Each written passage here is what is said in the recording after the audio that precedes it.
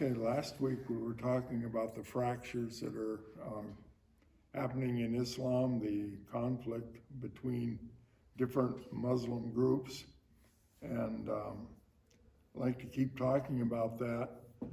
Another one of the issues is the Persian Empire probably ruled over a greater percentage of the world's population than any other empire. And Iranians seem to think that they should be the leader, the most important of all the Muslim nations. Most other Muslim nations think it should be Saudi Arabia, especially Saudi Arabia thinks that. And they're coming to see Iran's ambition as a greater threat to themselves even than Israel is. And it's really sort of crazy how this has worked out. Iran has supported Sunni groups, Hamas, Palestine Liberation Organization, and Al-Qaeda, but it actively opposed ISIS, and it has expected Sunni Hamas to actively support the Shia Houthis in Yemen, and sometimes it just gets really confusing. And there are a lot of Arab nations, Muslim nations, that supported terrorist organizations, but in the events following the Arab Spring and the extremism of ISIS, Hamas, Al-Qaeda, and the Taliban, they are becoming convinced that extremist Islam is a far greater problem than Israel. And so I expect the tension between moderate Muslims and extremist Muslims to keep growing. As the extremists get more extreme, the moderates get more afraid of them and more hostile to what they're trying to do. The signing of the Abraham Accords in 2020 between Israel, the United Arab Emirates, Bahrain, Sudan, and Morocco, Egypt and Jordan had already signed peace treaties with Israel, shows the willingness of moderate Muslim countries to get along with Israel. The fact that a peace treaty between Israel and Saudi Arabia was about to be signed was one of the reasons Hamas attacked Israel when it did. They figured as long as there was a war going on, Saudi Arabia couldn't sign a peace treaty with Israel. So what is ahead for Islam? Predominantly Muslim countries are the greatest barrier to the fulfillment of Matthew 24:14. This gospel of the kingdom shall be preached in all the world for a witness to all the nations, and then the end shall come. I'm relatively certain that the divisions within Islam will continue to produce much violence and bloodshed, primarily against fellow Muslims. It's hard to get accurate figures, and I've seen a number of them, but most people would agree that the war that produced the most deaths in the last 40 years was the Iraq-Iran war. Everybody assumes that Iraq underestimated their casualties and overestimated Iran's, and vice versa. I've seen 500,000 as the number of soldiers killed. That's not counting civilians. Britannica says between 1 and 2 million soldiers were killed. Nobody really has a good idea. But that makes that the bloodiest conflict since World War II.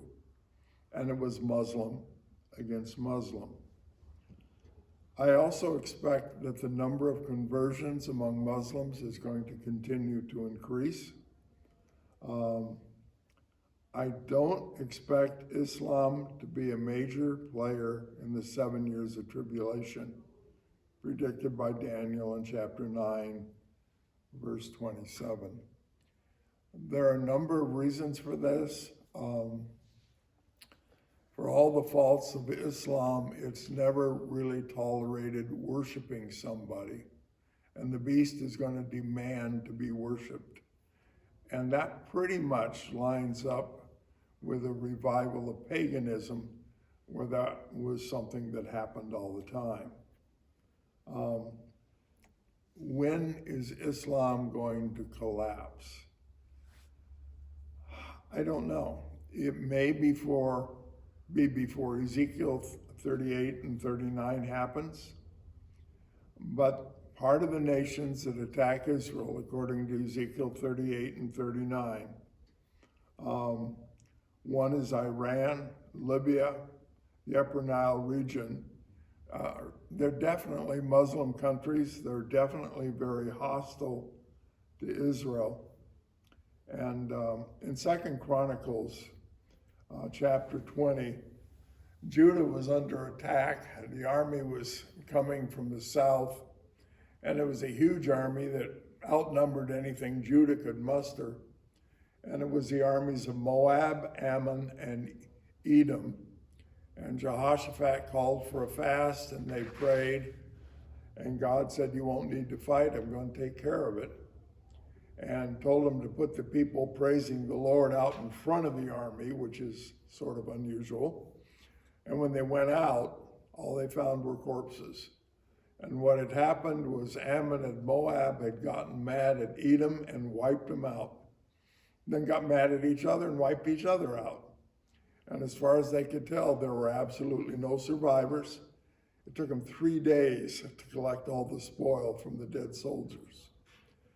And I sort of think that's sort of a little bit of what we're seeing and we're going to see more of. It's been Muslim against Muslim in Yemen for 4 or 5 years now.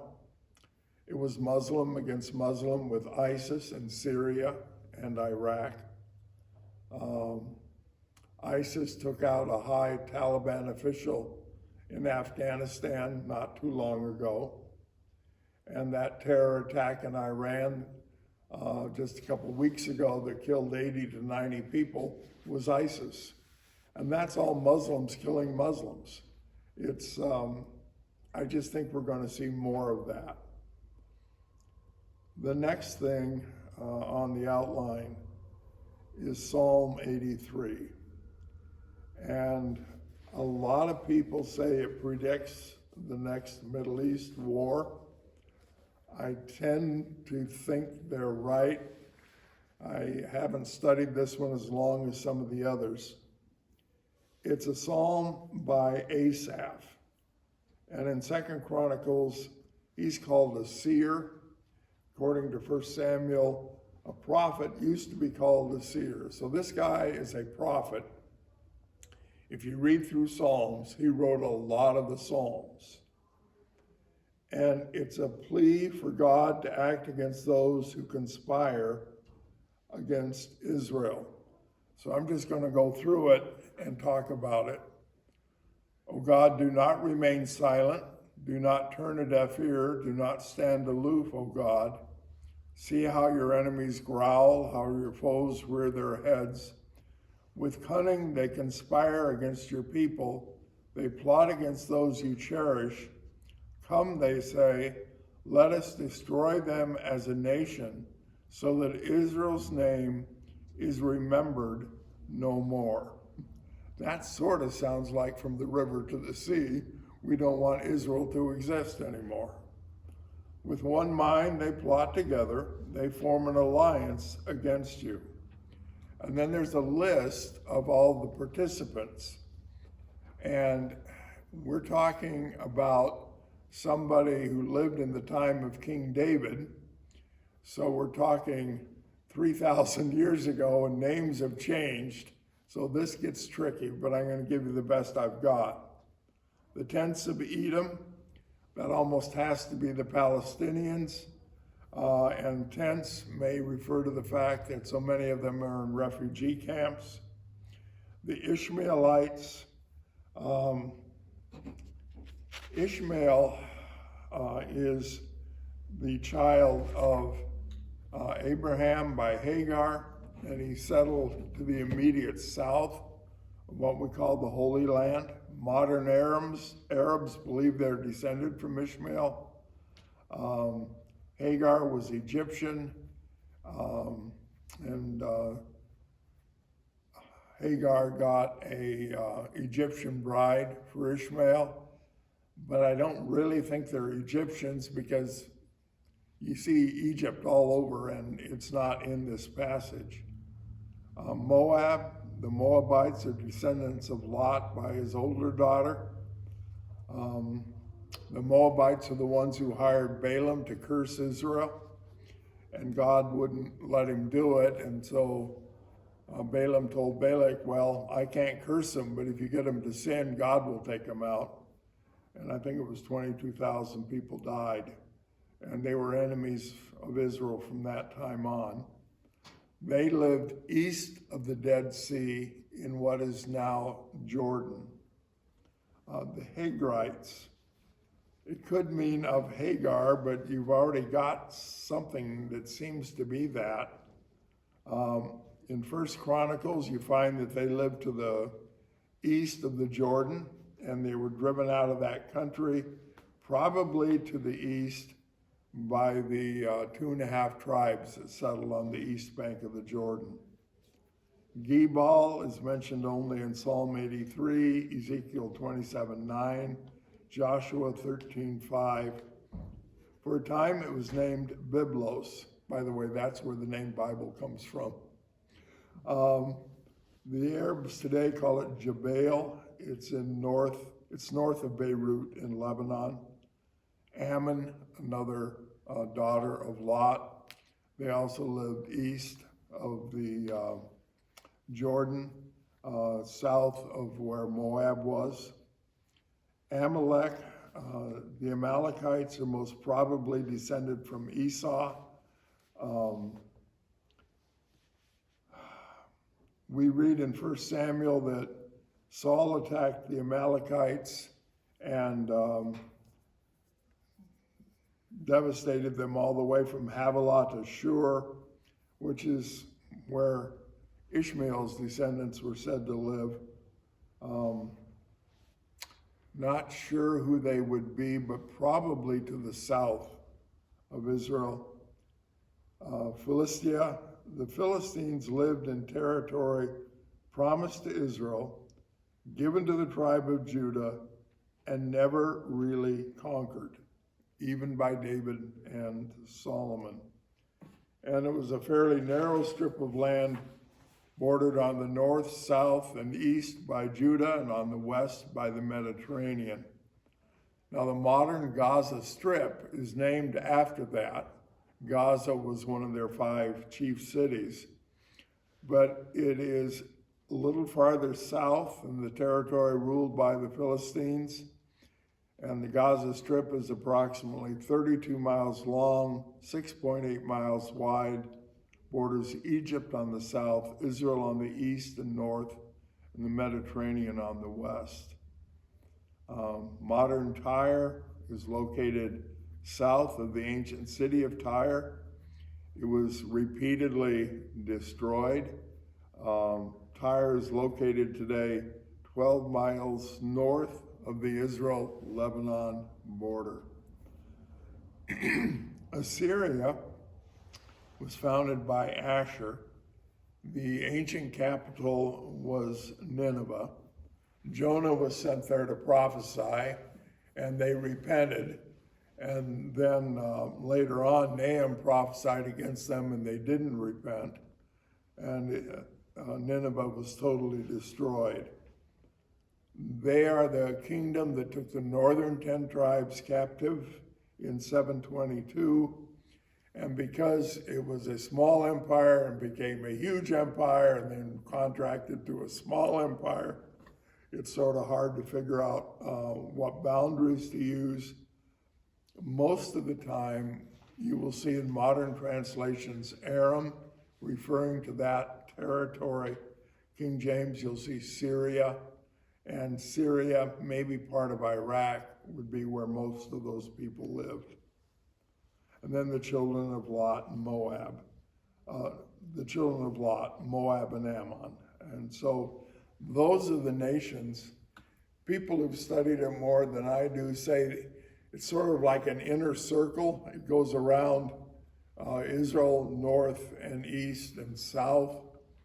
And I think they're probably right. I think it's probably nations close to Israel. So what did Asaph ask God to do? Do to them as you did to Midian, referring to the destruction of Midian under the judge named Gideon. Do as you did to Sisera and Jabin at the river Kishon, who perished at Endor and became like refuse on the ground. Sisera oppressed Israel from the north, had 900 iron chariots, and Israel didn't have a chance. They didn't have iron chariots. For the most part, they didn't have iron swords and spears. They had slings and bows and arrows. And you face a chariot usually pulled by 2 horses with armor on the horses, and then on the wheels they'd have 2-foot swords sticking out, and they just charge. And yeah, it wasn't even. And so how did God defeat them?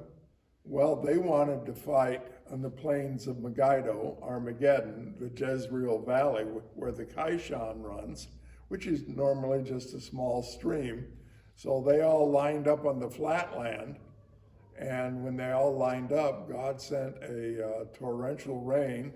The Kishon flooded, made everything a sea of mud. Iron chariots in mud don't move. And then they were attacked by Barak and his army because Barak had said to Deborah, well, I won't go fight unless you go with me. Deborah had said, well, a woman's going to take out Sisera, and Jael did. Make their nobles like Oreb and Zeb, all their princes like Zeba and Zalmunna, who said, let us take possession of the pasture lands of God. That's going back to Judges and the battle against the Midianites. And those were the 2 kings and 2 princes of the Midianites, all of whom were killed in that battle. And then it ends this way. Make them, who said, verse 12, let us take possession of the pasture lands of God. Make them like tumbleweed, my God, like chaff before the wind. As fire consumes the forest, or a flame sets the mountains ablaze, so pursue them with your tempest and terrify them with your storm. Cover their faces with shame, Lord, so that they will seek your name. May they ever be ashamed and dismayed. May they perish in disgrace. Let them know that you, whose name is the Lord, that you alone are the Most High over all the earth. I read that last verse, and I keep thinking about the key phrase in Ezekiel 34 to 39, is that they may know that I am the Lord. And I think what God is doing with Israel right now is making sure that the Muslims know that they can't defeat Israel, and their religion tells them there's no way that Israel can win, and Israel keeps winning, and they keep losing. And sooner or later, they've got to ask themselves, is our religion wrong? Or they've got to defeat Israel. Okay, is this a battle that's already been fought? I've gone back and forth on this. I've read opinions from a number of different people who've studied it.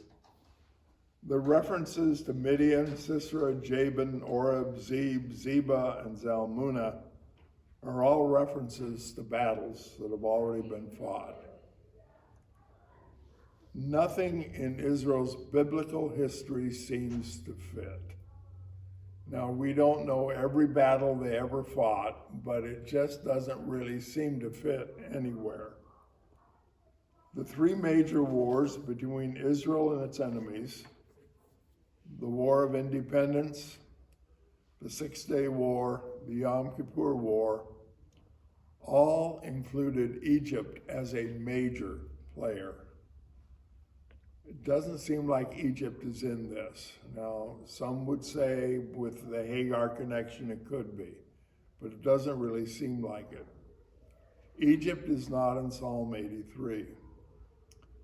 The other wars did not include a large number of enemies. It was Lebanon and Egypt and Jordan primarily. The other countries, Syria and Iraq, sent a few soldiers, but it was basically those three countries. This sounds like it's a whole bunch of groups all getting together. To me, and this is opinion, to me, this does not seem to be a war that's already fought. Other people have studied it more than I do and think it is, and there's some who are sure it's not. I think what is convincing me is in Isaiah chapter 11. That's not something that's on the outline. And I've talked about the first part of this a number of times. In that day, the Lord will reach out his hand a second time to reclaim the surviving remnant of his people from Assyria, from Lower Egypt, from Upper Egypt, from Cush, from Elam, from Babylonia, from Hamath, and from the islands of the sea. He will raise a banner for the nations and gather the exiles of Israel. He will assemble the scattered people of Judah from the four quarters of the earth. Ephraim's jealousy will vanish, and Judah's enemies will be destroyed. Ephraim will not be jealous of Judah, nor Judah hostile toward Ephraim. That's been fulfilled.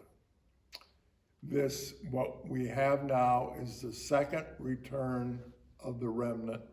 The first return was under Ezra and Nehemiah. This is the second one. They're coming back as one nation, even though for almost 200 years they've been at war before they went into captivity. That's pretty amazing. But there's more to the passage. When you look at Israel since 1948, they have never started a war.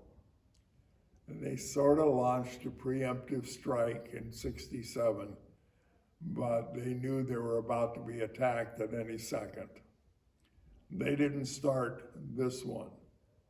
But when you read the rest of Isaiah chapter 11, they will swoop down on the slopes of Philistia to the west. Well, there's only one place between them and the sea, and that's Gaza. And when they went down, with an army. They will subdue Edom and Moab, and the Ammonites will be subject to them. If you take those as place names, it is saying that they are going to control the east bank of the Jordan. Now that's interesting, because the big fuss now is Palestine says we got to kick them out of the west bank. But Isaiah says they're going to take the east bank. And so what do I think? I think, and I don't really want to think this, I really want to think that this war is the last one and it's not going to get bigger, and then we're going to have one more and then it's all going to be done.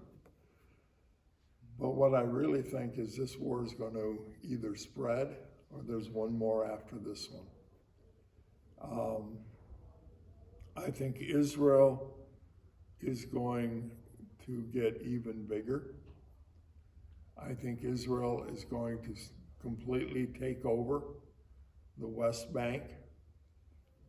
I think Israel is probably going to take part of Lebanon, and I think they're going to take part of the East Bank, and they're going to have everything they had under King David during the early years. Now, under David and Solomon, they controlled all the way to the river Euphrates in Iraq. I don't think they're going to take that much. And they controlled all the way down to the border of Egypt, and they pretty much are there now. And I can't imagine them starting a war to do it. So I think what you're going to see is another, either this conflict is going to spread, and that's what Hamas wants, and Israel's going to have to go to war with a couple more countries, or there's probably going to be another one after this one. I wish I didn't think that, but I can't really see any way that Ezekiel 38 and 39, a surprise attack on Israel during a time of peace, can happen unless Israel has thoroughly demolished its enemies on all sides. And it looks like Psalm 83 is probably going to be the next one, or something that flares up from this one. Israel has said, we're going after Hamas no matter where they are. It's probably true there are a couple nations where they wouldn't go after them for political reasons, but they took out that one leader in Lebanon. And Hezbollah had been saying loudly, you don't attack anybody in Lebanon and we're at war. And now they're saying, we're going to get you for that, but they're not saying we're at war. There's a lot of rhetoric, not a whole lot of action, but there's a lot of rhetoric from all the nations around Israel. And what Hamas is hoping for is that there will be an incident that they can use to make Israel look so bad that the other nations will go to war. That's why they started this, and that's what they're hoping. And we get one version of what's happening on our news, but if you listen to Al Jazeera, you get a very different version of what's happening in Gaza, and that's the Muslim organization.